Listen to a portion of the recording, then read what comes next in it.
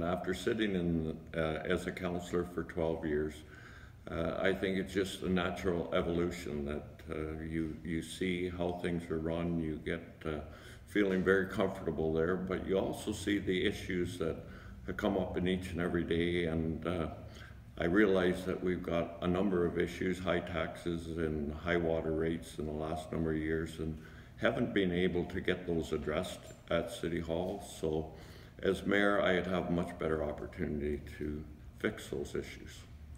And on that vein, what do you think are the top 3 issues facing the city of Kawartha Lakes today? Well, high taxes and high water rates, and the lack of communications and the connection of our communities. So did you want me to address how?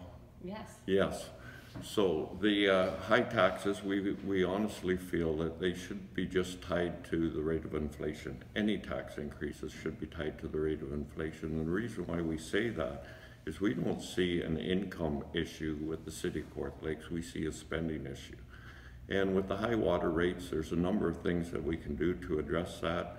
We put those proposals forward and they weren't supported by council, so we'd like to take a shot at this. And our committee system, we're losing 8 councillors in this next term of council, and we're going to replace them with 24 members of the public. So 8 standing committees with a councillor as chair of each division of the city, and 3 members of the public come in and assist us. And to date, since we put this out to the public and let them know what our platform is, we've had over 40 people volunteer for those positions. It's a very, very popular platform. It'll provide complete oversight and accountability at City Hall. As far as connecting the communities, again, we're going to help people build the community that they live in. And by doing that, moving council meetings around to each and every, if the issues on the main issues on our council agenda are in Burnt River, we can go to Burnt River, we can go to Kirkfield with the council meeting. Now with the electronics in this new world where a paperless society are moving towards that, we can have a council meeting in Pontypool. All we need is 9 chairs. What do you think City Council has done right in the last 4 years? Well, in 2016, we appointed a task force to look at our building and planning. Everyone knows that we've had issues there. We've been unable to get permits out faster and on time, and it generally has been a moving target. When I say that, it's people have come with applications to City Hall and to our building and planning department, and they've been disappointed. After a year, they still don't have their permit. So in 2016, council appointed a task force to look at that, and it's the very same makeup as what we're suggesting for standing committees at City Hall. We had members of the public there, we had council and staff, and together they came back with a great 60-page report, many recommendations on how we could streamline that department. Unfortunately, we haven't adopted them, and that's the main plank in our platform, is that we would adopt all of those recommendations. Okay, so what has council done right in the last 4 years? Well, well, appointing the task force and asking the public what they can help us with. And that's really where this idea was born out of having standing committees. For 10 years, I chaired the Police Service Board in Lindsay here, the Kawartha Lakes Police Service Board. The makeup of that board is 2 members of council, 3 members of the public, and our police service.